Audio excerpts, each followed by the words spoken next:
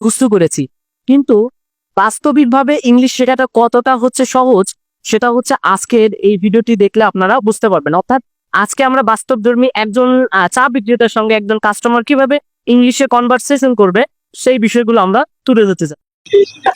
আসসালামু আলাইকুম মামা। ওয়ালাইকুম আসসালাম। Can I have a cup of tea? মানে আমি কি এক কাপ চা পেতে পারি, অর্থাৎ এ কিন্তু বললো যে মামা আমি কি এক কাপ চা পেতে পারি, অর্থাৎ এভাবে আপনি বলতে পারেন can I have a cup of tea, মানে আমি কি এক কাপ চা পেতে পারি।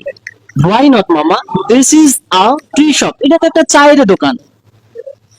But what kind of tea do you want, মানে আপনি কোন ধরনের চা চান, milk tea or black tea, মানে হচ্ছে দুধ চা অথবা আপনার রং চা। Black tea please. Okay, wait মামা, how much sugar do you need in your টি, মানে আপনি চায় কতটুকু চিনি খান বা কতটুকু চিনি পছন্দ করেন। I like a little sugar in my tea. এই যে আপনি চায় কতটুকু চিনি পছন্দ করেন এটা কিন্তু আপনি এইভাবে বলতে পারে। ওকে, হিয়ার ইজ দিস, মানে আপনি বললেন যে হিয়ার ইজ দিস, মানে এই নেন, সে কিন্তু চাটা গ্রহণ করেছে। ওকে, সো মামা do you need anything use, মানে আপনার কি আর কিছু দরকার। আই নিড ওয়ান ইস।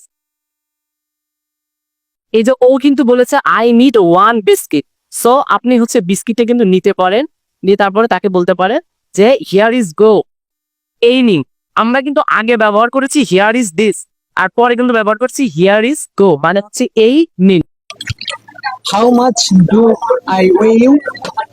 মামা অনলি 20 টাকা, মানে হচ্ছে আমি তাকে একটা বিস্কিট দিয়েছি প্লাস হচ্ছে আপনার চা, মানে সাজাদপুরে চা কিন্তু 10 টাকা, বুঝতে পারছেন। হিয়ার ইজ গো।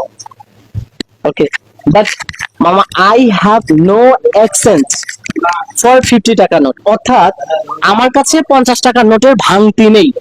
মানে আপনি যদি বলতে চান যে আমার কাছে এই জিনিসটার ভাঙতি নেই, তখন আপনি বলতে পারেন আই হ্যাভ নো 50 টাকা, I have no exchange for 50 টাকা। তো ধর্মী একটা কনভারসেশন দেখালাম। এটা হচ্ছে কি, মানে সাধারণত যারা মানে আমরা মুখস্থ বিদ্যা করি, এই যে আপনি মুখস্থটা না করে আপনি রিয়েলিটি চলে আসেন, অর্থাৎ আপনার বাস্তবিকভাবে আপনার জিনিসগুলো শিখতে হবে। তো যদি আমাদের ভিডিওটা ভালো লেগে থাকে অবশ্যই লাইক কমেন্ট শেয়ার করে পাশে থাকবেন। ধন্যবাদ।